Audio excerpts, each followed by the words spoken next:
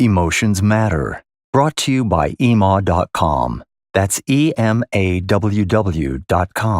Your solution for emotional intelligence.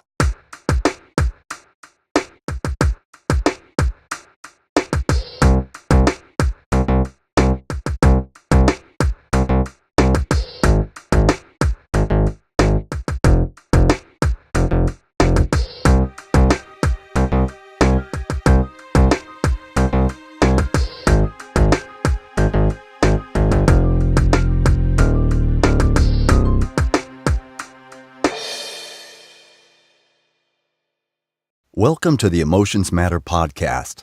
I'm fortunate to have as my guest your favorite therapist, Emaww Wallace. Emaww got her master's in professional counseling from the University of West Georgia. She's a licensed associate professional counselor and also has the premier designation as a national certified counselor. Emma's experience over the last 7 years has found her working cases in the Metro Atlanta mental health community, as well as an extensive private practice with individuals, couples, and families. And with all that, let me welcome my guest, Emaww Wallace. Hi, thank you for introducing me.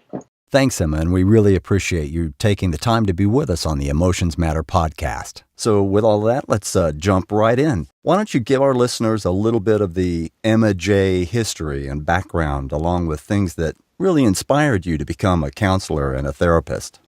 Okay, well, basically, I knew I wanted to be a therapist when I was 13 years old. I don't know how I knew, I just knew. And I found myself in high school giving a lot of football players advice on their girlfriends. And so there was a particular football player that said, you know what, I think you're going to be a counselor one day. You're probably going to work with relationships. And I thought it was interesting since I didn't have a boyfriend at the time, but I said, okay, that sounds good. And that just happened to be the trend. It always happens. Somebody was always asking me advice on how to handle things. And, you know, one thing led to another. And I ended up going to college and graduate school and really fulfilling that. And I loved it a lot. You know, I really loved helping relationships and couples get through it. And then I started doing some singles coaching and singles, dating coaching and teaching boot camps and communication courses and emotional intelligence of those things. And that was probably one of the most rewarding things in my career besides working with the military. So that's how I ended up in this field. So that's something that I didn't notice too much on as I was reviewing some of your background. Talk a little bit about your work with the military. Oh, okay. Well, I was just finishing up my licensure hours and I just walked into this counseling center. It was funny. I just dropped off my resume and the receptionist ran after me and she's like, come back. And I was like, okay. And she said, my director wants to talk to you. I showed him your resume and I was like, oh, okay. So I went in and he was in the military. He was in the Navy and he was the director over the department. And, we talked for a few minutes and he said, you know what? I really like your personality. I think you can handle military vets pretty well. And I didn't know what I was getting myself into. I will be honest with you. I had no idea because while I was in grad school, they said, if you really want to go far in this career as a counselor, you should definitely think about working with the military. And I remember when my professor said that, I just looked at him like he was crazy. And I said, the military, I don't think I would ever be able to work with them. I wasn't in the military, but my father was. So, but we had no specific training. Like really, when you go to grad school, there is no training to work specifically with vets.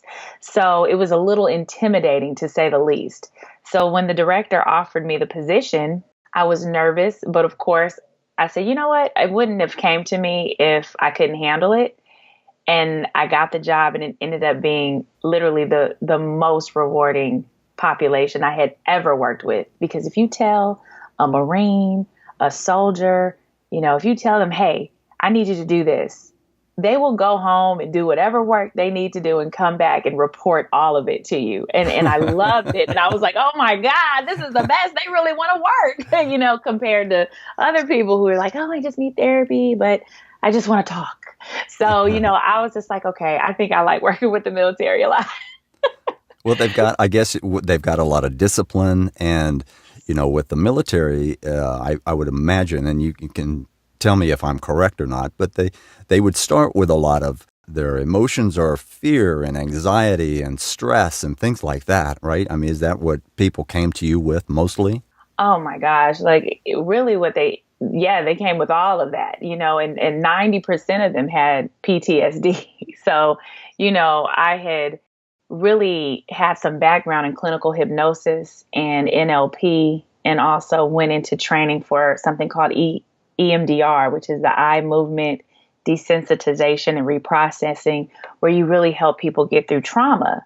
And so it was really exciting because a lot of these guys would come in with war stories. I mean, that's just what it was, what they experienced in Afghanistan and, some special ops and all these kind of, clients would come in. And really it was just trying to get over what they experienced in wars, not, also Vietnam vets were there too. So it was mind blowing. And, at the end of the day, I was actually dreaming I was on the battlefield. And that's probably, I knew I was getting like vicarious trauma through them, because I was like, oh my God, I just had a dream I was getting blown up by bombs. And so my husband's laughing at me like, oh my God, Emma, I think you've been working too much. But I mean, it was so exciting because it's like a new story every day, So yeah, but it was intimidating at first. I'm not going to lie. That was scary, because they definitely read you, and they can tell if you're intimidated. They can tell if you're nervous. They can tell because they'll spit you up and chew you out. Those guys are ruthless. Don't ever don't ever think that they're not. They really are. So Well, it was exciting for sure. I'll bet it was.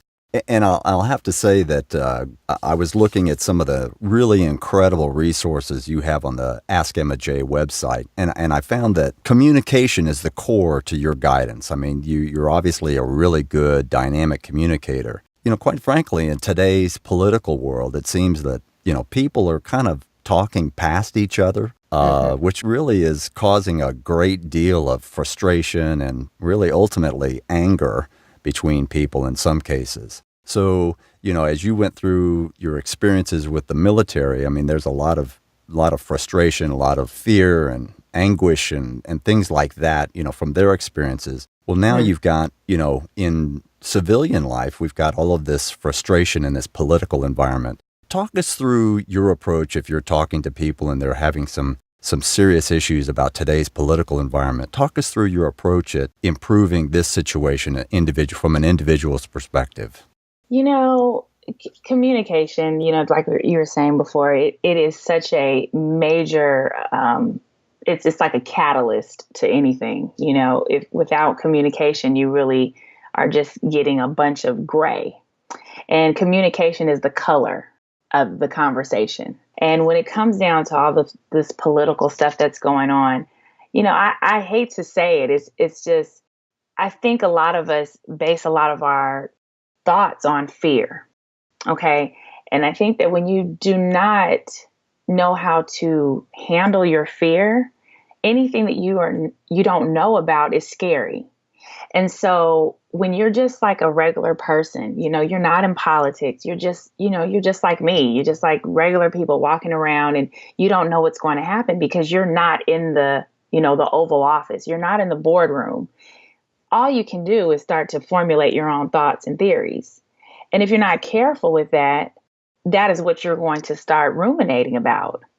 And so what I found is that when it comes down to the political conversations, it's really, I'm learning how to curve the conversation from going to the left or to the right, but to really saying, how do you want to believe things are going to come out?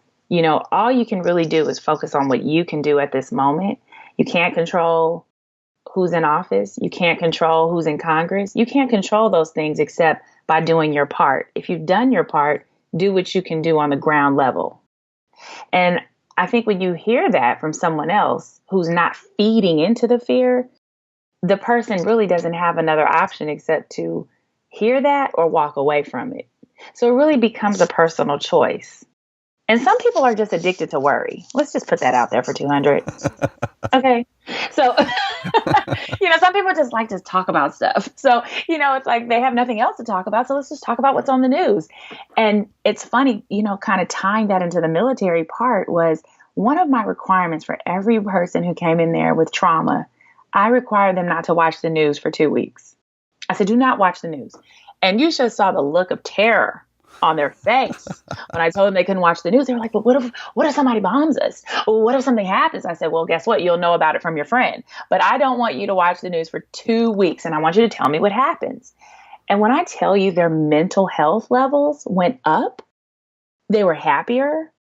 They weren't as nervous. They started to relax more. And so you really have to think about what you're watching, what you're putting into your mind, what your mind is recording. And you'll start to see that everything that your mind is recording, you kind of spit out with your mouth.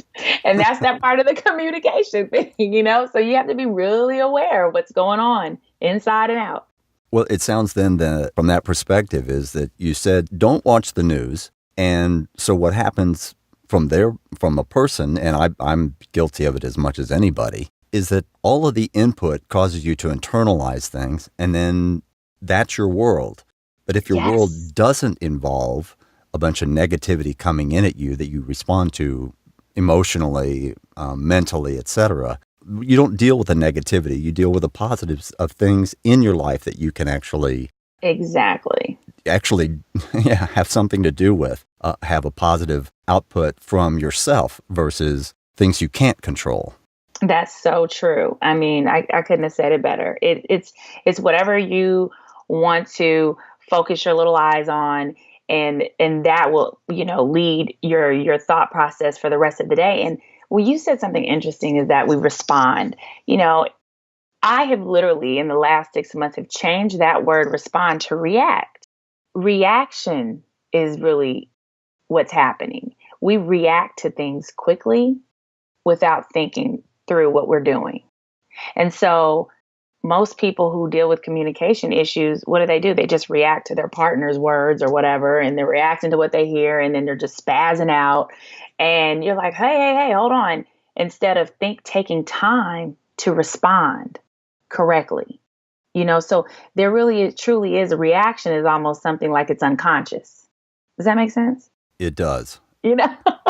So you really want to lower the reactionary part of you, and so you can respond appropriately. Well, the old adage is, we have 2 ears and 1 mouth, and you're supposed to use them in that context. Yes, exactly. It's a reason for the season. Yes. So I agree. I mean, yeah, that's definitely it. So are there any specific questions, any specific mental exercises that you give people as far as responses and being able to be a better communicator with either others or themselves in business and, in their social situations? Is there a communication method that you like to step people through? Is there a 5-step process that you go through or something like that? Well, there is. And this really came from my dad. Okay, so I was raised by my father. My mom passed away when I was younger. So my dad was my, primary, caretaker. And like I said, he was in the military. But another thing about my dad was he was very direct. Okay, direct. Now, I didn't have the influence of like a woman to come in with a lot of passivity at all. Women and men have very different ways of communicating. You might have, some over here that are different, but for the majority, women are a little bit more passive. Men are a little bit more direct until they feel they can't be direct. And then they just probably start lying because they're just like, what, I just can't even be direct with you. So I'm just going to not say anything. And that's where the communication shutdowns can happen. So what I have found is that when people practice being more direct, but being politely direct, not being harsh or cruel or anything like that, but just really stating how they feel and then what they want to resolve. I find that the communication process goes so much better. Instead of you having to be an investigator and trying to figure out what's that person thinking?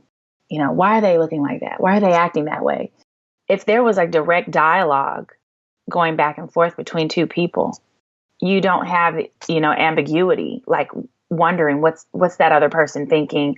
Why are they not saying this?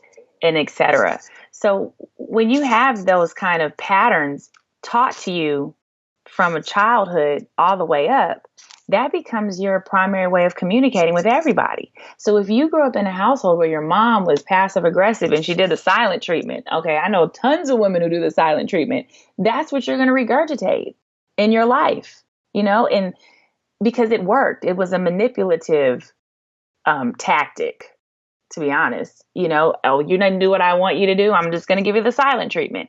Well, what does that do, for the communication back and forth? It doesn't do anything. It shuts it down.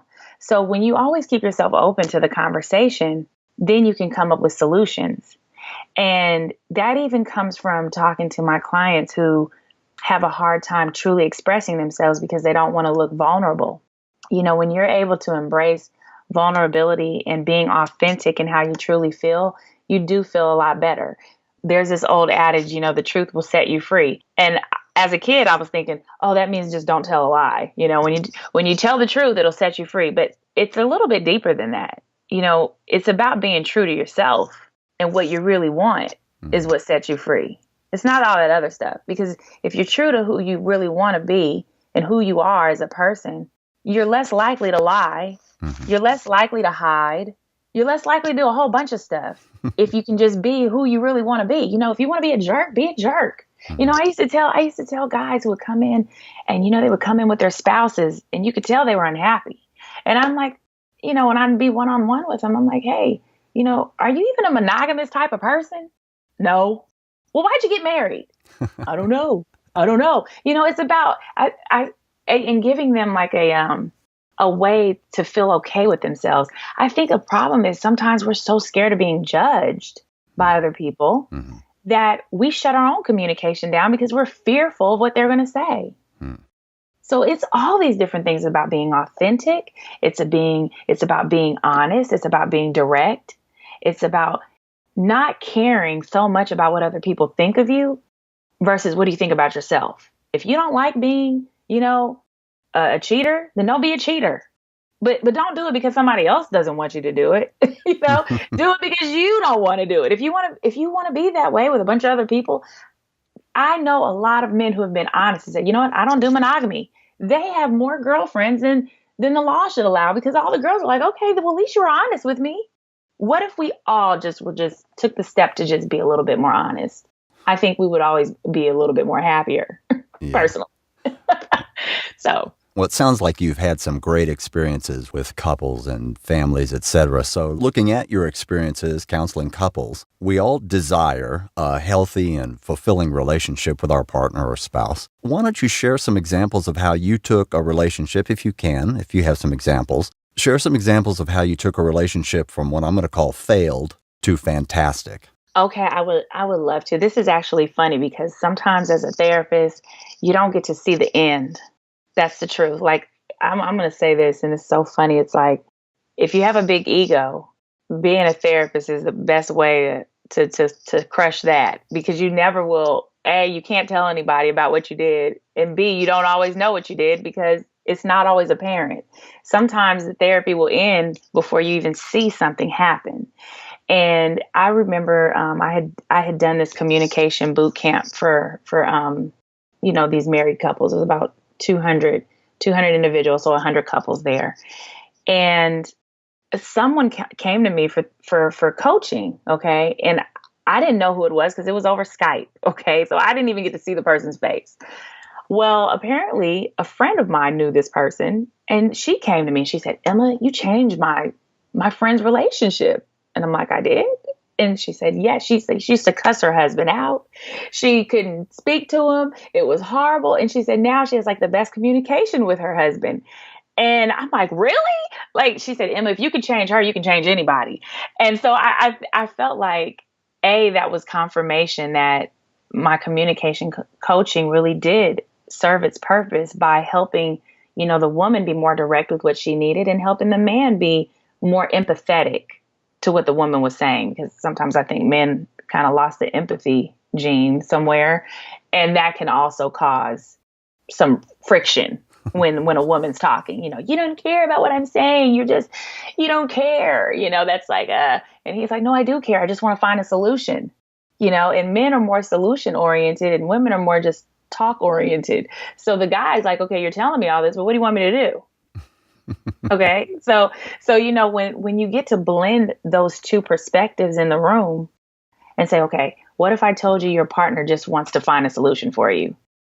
Are you still going to go to him just to vent, or will you find somebody else to do that with? And when they were, able to find options for the roles they needed their partners to play, their relationships improved, because your partner can't be your all. Like, they cannot be. That's like a lot of pressure on that guy or a lot of pressure on that girl. So you have to utilize what you have in your life and not dump everything on a person and expect them to just, fix it all or hear it all or do it all, because that person's not going to be able to hold up against all that pressure.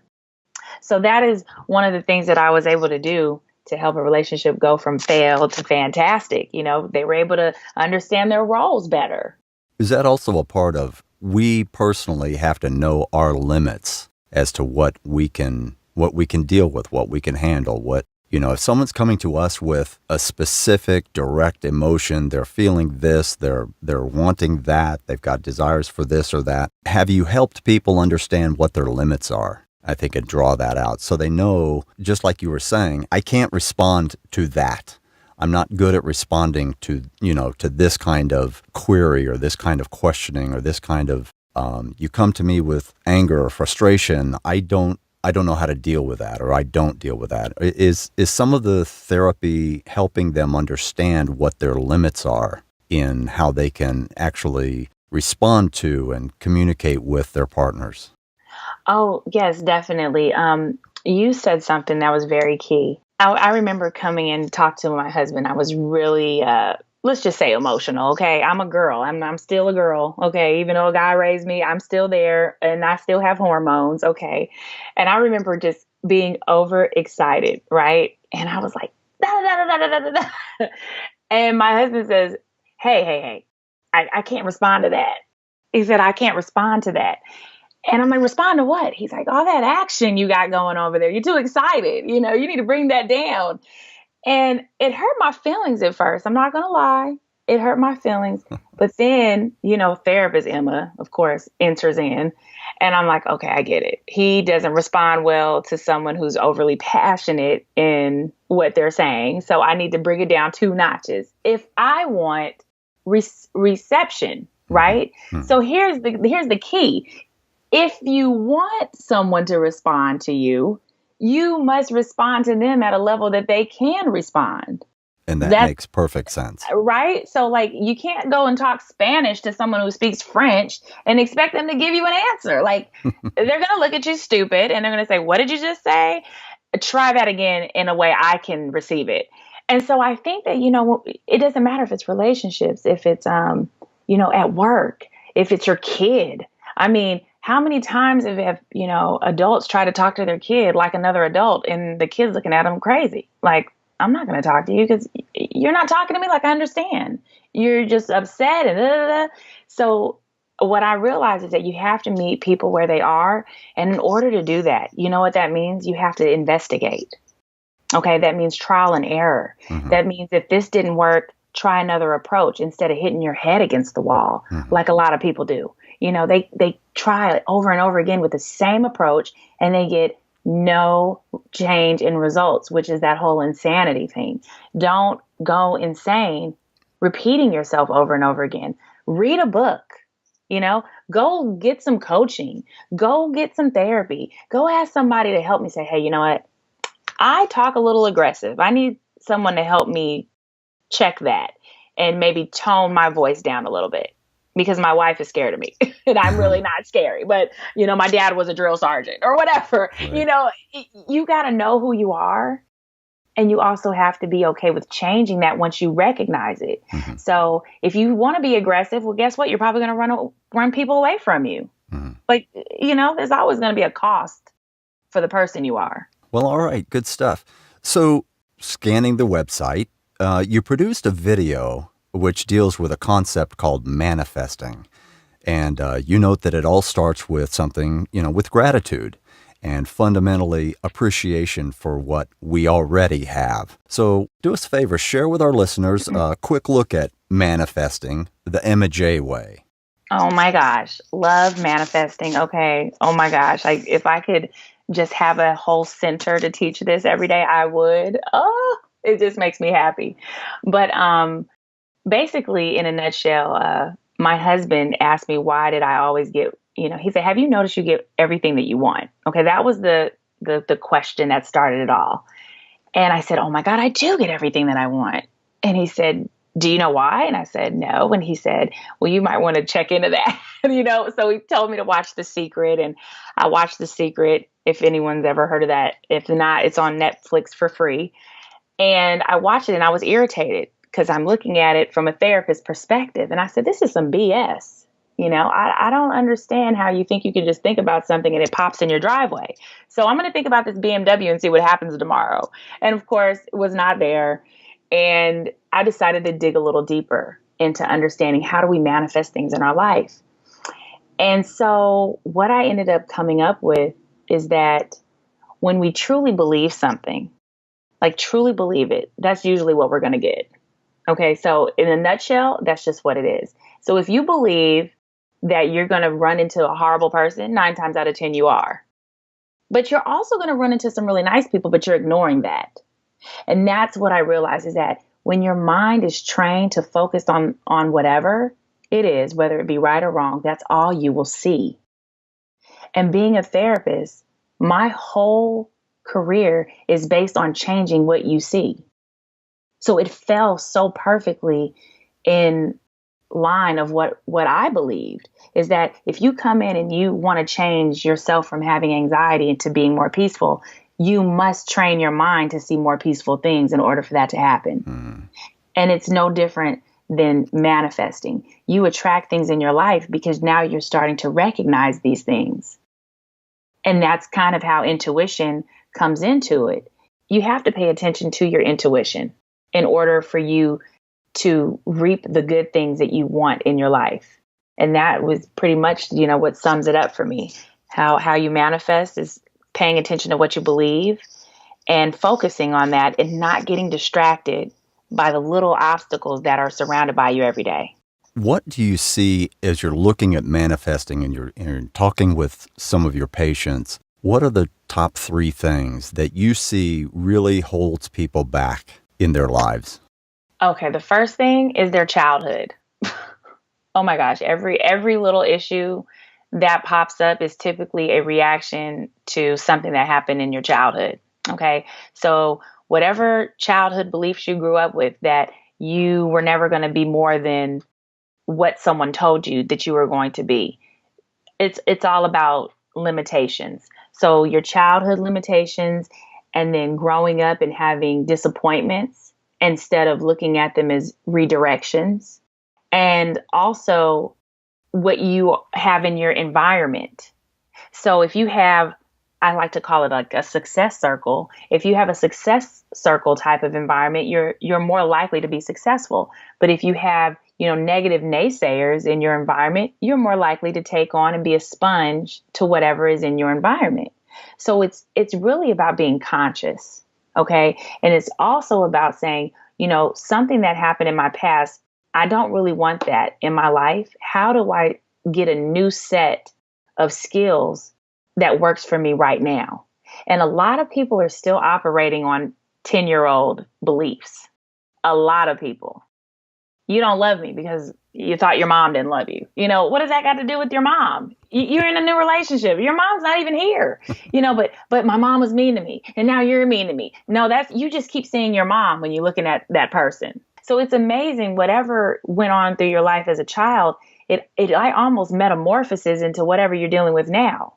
So you have to have some type of training mentally to change your limitation boundaries and stretch yourself a little further. And you know what? A lot of people just like living in boundaries. It's comfortable for them. They wake up, they go to work, they get in a fight with somebody or they're irritated and they come home and they go, okay, I didn't die today. that works for me.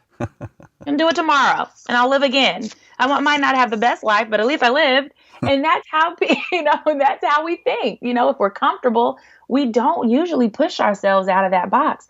But successful people do. Mm-hmm. They're always looking to push a limit somewhere. But guess what happens with those limit pushers? We always get in trouble in school because we're always testing a limit. Mm-hmm. I'm a limit tester all day. Oh my God. My daughter is, we're like not status quo at all. So guess what? We get in trouble a lot. it's just, but that's what happens if you want to, go further. You're going to have to push a little here and push a little there, and people don't like being pushed. They just don't.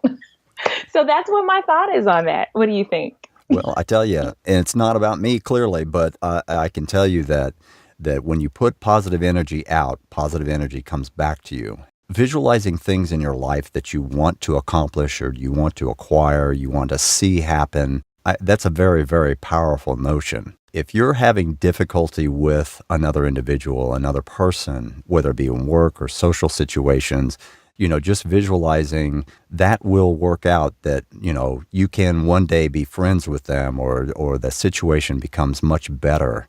I found that even with myself personally, I found that just thinking more positively about the end result of what I want to see happen typically does some metamorphosis, either in the way I approach that individual, the way they see me. But in general, what happens is you get a more positive effect out of putting something positive out there, both mentally and with your actions, and it comes back in spades 9 times out of 10. Oh no.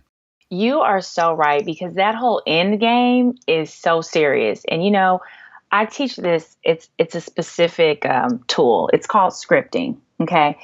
And when I tell you I have scripted the coolest things in my life, and I'm like, oh my God, I can't believe that this happened because I wrote it out. Like, what? And what I did was I started from the end. And I always looked at, okay, if I was to have this situation, what would it look like going backwards? With what you're saying about if you're, always having frustrations with somebody, if you imagine that you and this person were actually friends, right? How would you treat that friend? Would you treat that friend by rolling your eyes and being rude and avoiding them? Or would you actually say, you know what? Hey, I just wanted to check on you today. And that would be the starting of the cycle of getting to the end. But we are, as humans, we're like really into controlling people.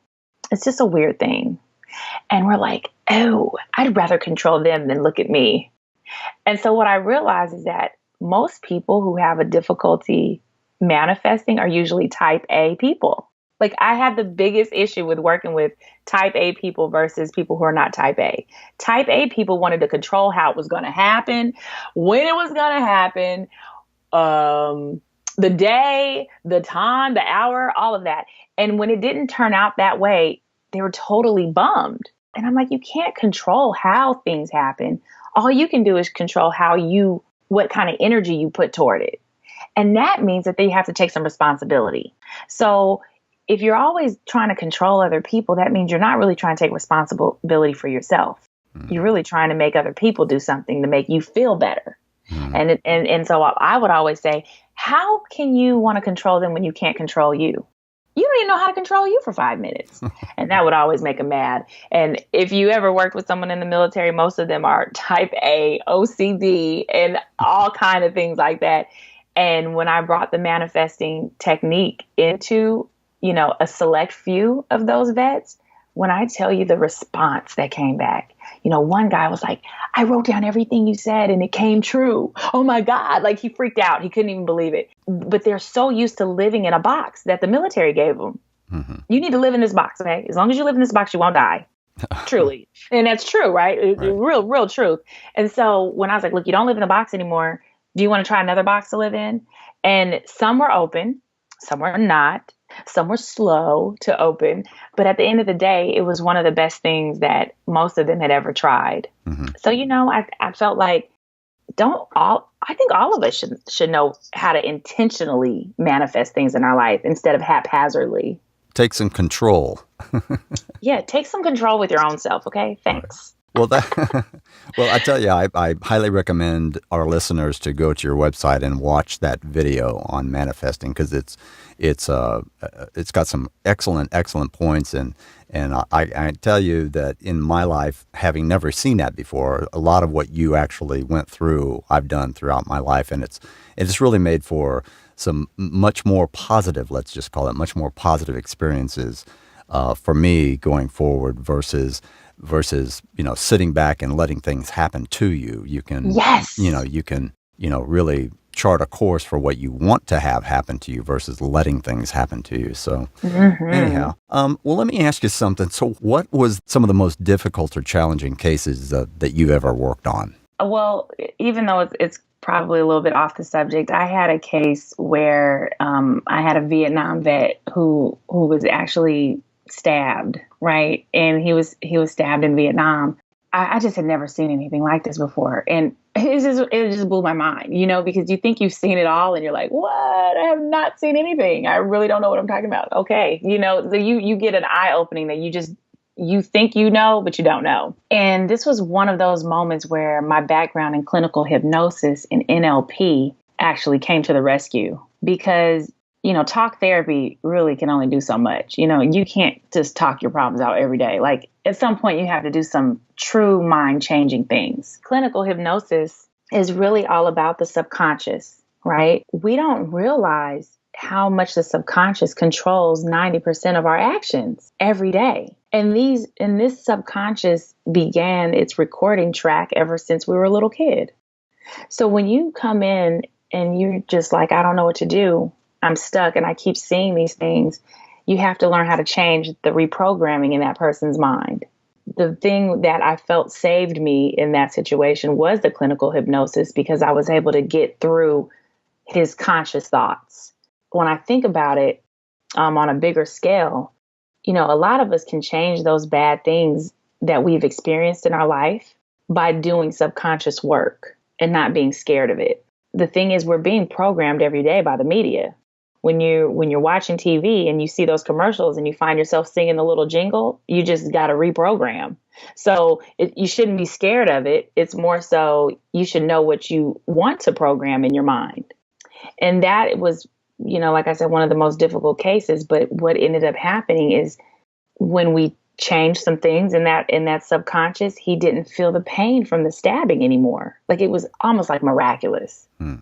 It was just miraculous. He literally didn't feel the pain because the pain was like what they call somatic. And it doesn't always really mean that it's there. It just means that the mind thinks it's there. And so we did some work about him thinking that, okay, this pain is gone. The experience is gone. The pain is gone. And now he can function correctly. And this went on through a series of recordings and, all kind of things like that. And he actually is, I ran into him actually the other day and he looked amazing. I didn't even know who he was. And he was just like, I can't thank you enough. My life changed. And I'm like, wow. So I would have to say the biggest changes I've ever seen had to do with subconscious work. It wasn't always through talk therapy. Mm-hmm. And that's just the truth. You got to get in deeper. Oh, yeah. Oh, my gosh. Yeah. Get in deeper for real.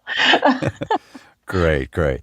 Well, I tell you, let's see if we can give you another success story. So we have a question from one of our listeners who actually also happens to live in the Atlanta area. Her name is Dana. She's 27, has a great job at Emory University Hospital, and she writes, I've had so many bad relationships that I quit counting.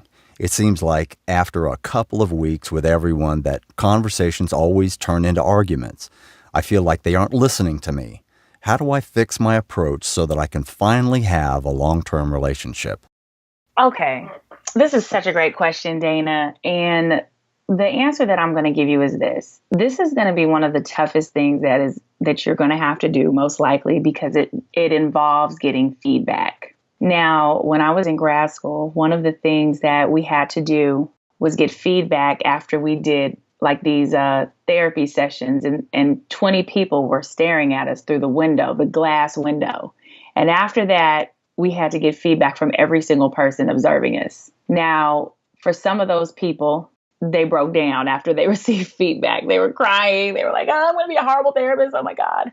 And then other people were like, okay, you know what? That was really good advice. And what I said to myself is that, you know what? That was the most honest thing that I think had ever happened to me, because A, I didn't go out looking for that feedback. It was forced upon me.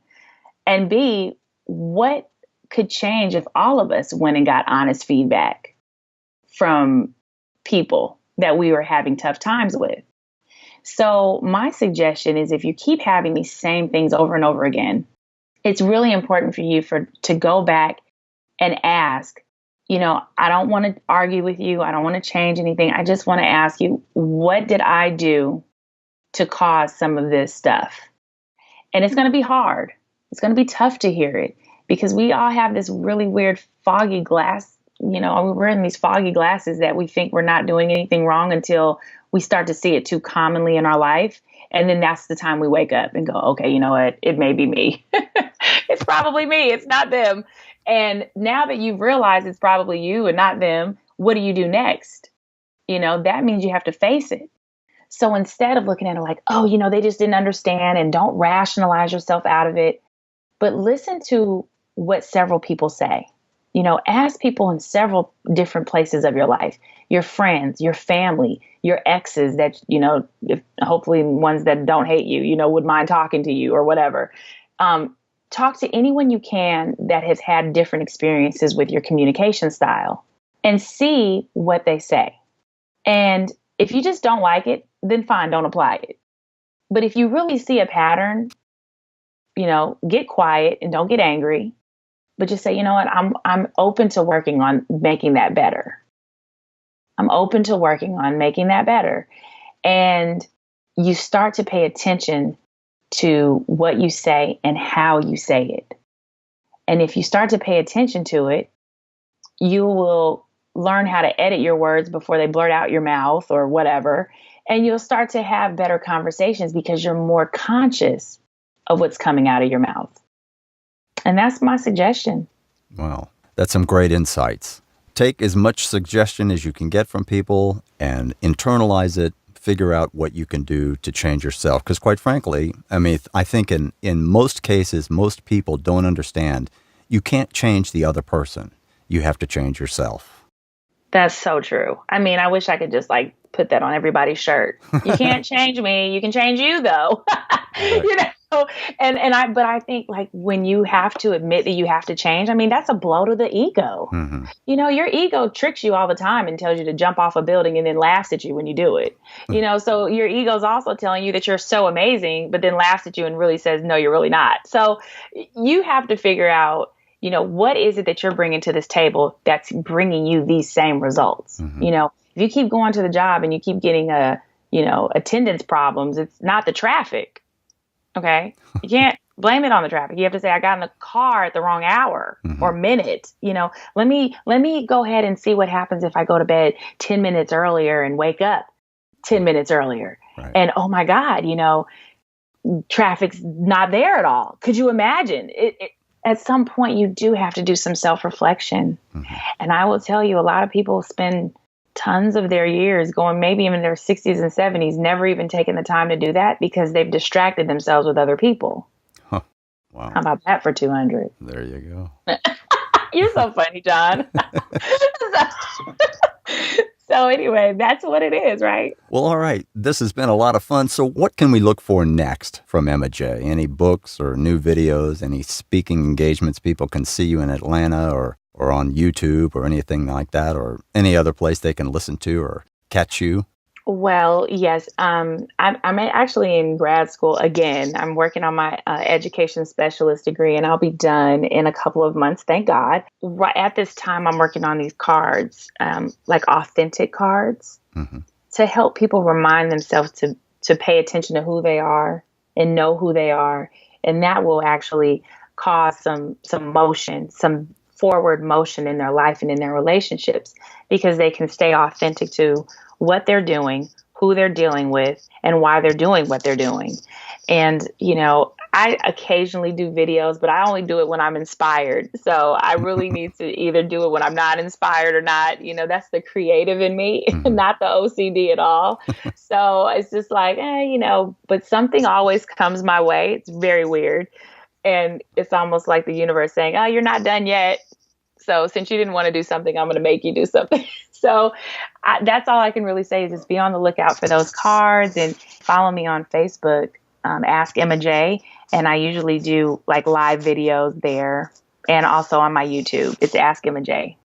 Great. Ask Emma J. Yes. Well, all right. Well, thank you, Emma J., for being my guest on the Emotions Matter podcast. You can find out more from Emma J. on her website is askemmaj.com, where you find her video on manifesting along with her free downloadable ebook entitled 16 Surefire Steps to Improve Your Communication with Almost Anybody, as well as the Manifesting Using Intuition, What Does Your Gut Say workbook. Both of those are terrific. I've downloaded and read through all of them. They're really terrific. So thanks for listening. And I look forward to you joining me on the next episode of the Emotions Matter podcast.